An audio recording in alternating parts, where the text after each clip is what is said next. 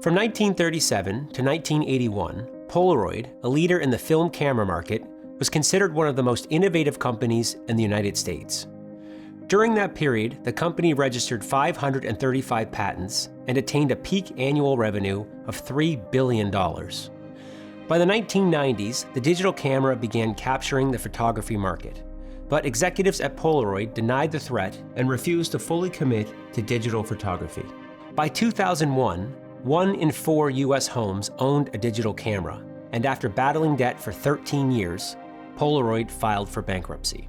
What's ironic about this story is that Polaroid had been researching digital imaging since the 1960s, and at the dawn of the digital camera boom in 1989, the company spent 42% of its research and development budget on digital imaging. The question most people ask when they hear the story is, why would Polaroid watch themselves die a slow death for 13 years, especially when the solution to their problem was in their own lab? And the answer to that question is avoidance. Avoidance is tricky, and that's because it provides short-term relief from your problems. And because this relief feels good, it leads you to believe that you're doing the right thing. But unfortunately, this illusion causes many people to have no idea that they're avoiding their problems. Long-term, avoidance often leads to wasted resources, missed opportunities, and even bigger problems. Therefore, by learning how to identify avoiding behaviors, you can increase the odds that you'll prevent your problems from getting out of hand. So to that end, this video is all about avoidance. I'll explain why you avoid, show you how to identify avoiding behaviors, and teach you how to stop avoiding the problems in your life. We most commonly avoid unpleasant things. This explains why we avoid our problems. And that's because solving your problems often takes time, effort, and dealing with difficult emotions like fear, shame, and guilt. As an example, a person might avoid confronting their spouse about an affair because doing so means admitting that their marriage has failed, dealing with the financial consequences of divorce, putting the kids through joint custody, and experiencing the cocktail of emotions that comes with it. You see, in this light, it's easier to understand why Polaroid avoided the threat of the digital camera. And that's because doing so likely meant admitting that their film product was becoming obsolete, putting the company at great financial risk, reworking their sales, manufacturing, and marketing methods, and bruising some egos in the process. The main thing to note here is that avoiding your problems is tempting because it frees you from all of these unpleasant experiences. Okay, so in general, we avoid our problems in 4 distinct ways.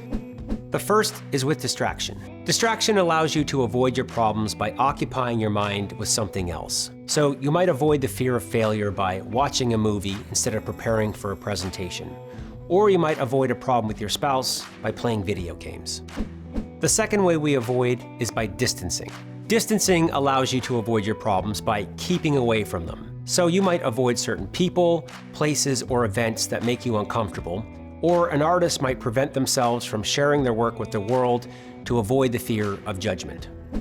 The third way we avoid is with self-medication. Self-medication allows you to avoid your problems by numbing or eliminating the difficult thoughts, feelings, and emotions they cause. So someone grieving the loss of a loved one might use drugs or alcohol to numb their pain. And in the worst cases, someone dealing with depression might end their misery by committing suicide. And the fourth and final way that we avoid our problems is with mind games. Mind games allow you to avoid your problems in 3 ways. The first is defending. When you defend a problem, you pretend it's normal.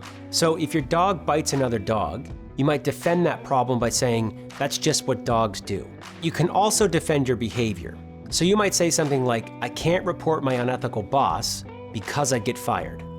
The second mind game is downplaying. When you downplay your problems, you reduce their importance by convincing yourself that they're less serious than they are.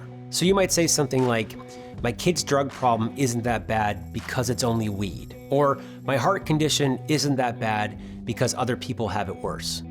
And the third mind game is denying. When you deny your problems, you pretend they don't exist. So an alcoholic might say, "I could stop if I wanted to," or the manager of a failing company might say, "It's not me, it's my employees."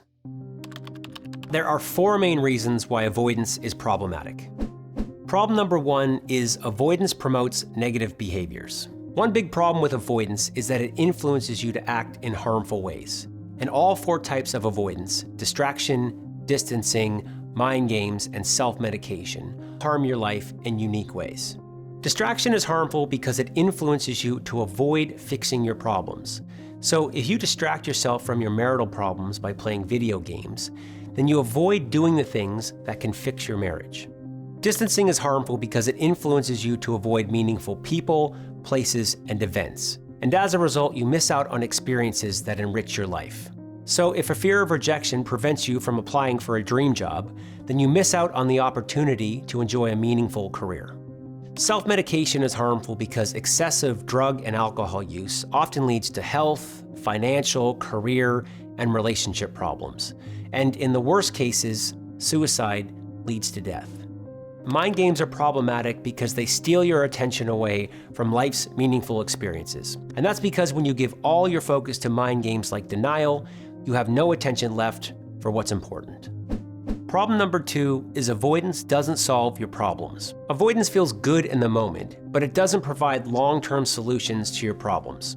So let's say you're avoiding a difficult conversation with your spouse because you feel nervous. Well, avoidance might calm your nerves, but it doesn't fix your marriage. Additionally, until you solve the underlying problem, what you're avoiding, in this case feeling nervous, will continue to show up. So while avoidance might fix your nerves today, you'll still continue to feel nervous tomorrow, next week, and next month until you fix the problem. And problem number 3 is avoidance makes your problems worse. Broadly speaking, avoidance makes your problems worse in 2 ways. First, some problems get worse with time. Many problems like those involving your health, finances, and relationships get worse with time. And second, avoidance can strengthen negative emotions. Let me explain. Many mental health conditions begin when normal emotions like stress, anxiety, or fear become so strong that they interfere with daily life. Now, to explain how avoidance can cause this problem, I'll explain how somebody might develop agoraphobia, or the fear of leaving home. Agoraphobia typically begins when something ordinary, like an increase in heart rate, leads someone to believe something catastrophic, like they're having a heart attack. This situation might happen if someone's in an overly crowded store at the mall. The rush of people makes them feel stressed, which triggers anxiety. That anxiety causes their heart rate to increase, which leads them to believe that they're having a heart attack. That belief spikes their anxiety again, further increasing their heart rate and strengthening their belief that they're having a heart attack. This anxiety-fueled loop continues until they reach a full-blown panic attack. Then, the next time they drive to the mall, they remember their previous experience. That memory alone triggers anxiety, and they feel their heart pounding in their chest. Then, to prevent another panic attack, they decide to avoid the mall altogether. Before long, trips to the dry cleaner, grocery store, and their parents' home also trigger anxiety, and as a result, they begin to avoid these places as well. In time, the entire world starts to feel unsafe, and they find themselves trapped inside their home, unable to leave. All right, now that you understand the basics of avoidance, here are 5 helpful ideas that can help you end avoidance and live a meaningful life. Idea number 1 is admit your problem exists. This can be a very challenging first step, but the truth is, until you admit your problems, you cannot fix them. So if your marriage is failing or you're overweight, stop lying to yourself. Instead, admit that you have a problem and do your part to fix it. Idea number 2 is deal with your problems sooner than later. As you've learned, problems tend to get worse over time. So for that reason, it's better to address your problems sooner than later. Now, I know this might sound obvious, but it's the single piece of advice that could have prevented Polaroid from going bankrupt. Idea number 3 is get feedback. It can be hard to identify when you're avoiding your problems, but other people often see your avoidance loud and clear. Knowing this, it can be helpful to ask friends, family members, and coworkers to help you identify what you're avoiding.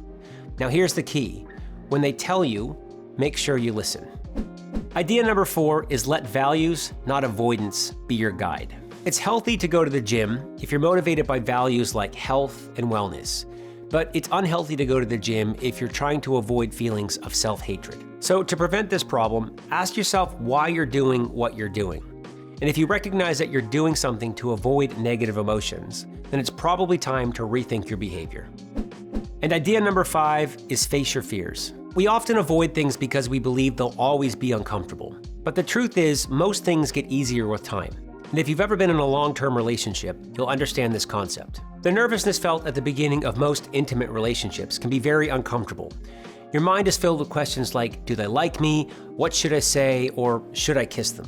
However, in time, you begin to feel comfortable with the person who once made you feel nervous. Conversations come easily, you no longer question if they like you, and kisses become routine. The truth is, before you can achieve most meaningful things in life, you must first overcome an initial emotional hurdle. So if you want to start your own business, you have to overcome the fear of failure. And if you want to be your authentic self, you have to overcome the fear of rejection. So the main point here is this: don't let an initial emotional hurdle prevent you from building the life you want. Thank you for watching this video. If you enjoyed it, it would be great if you could subscribe to the channel and hit the like button. Now, if you want more information like this, I highly recommend you check out my meditation app, Aware. I've linked to it below in the description. Thank you, and I'll see you soon.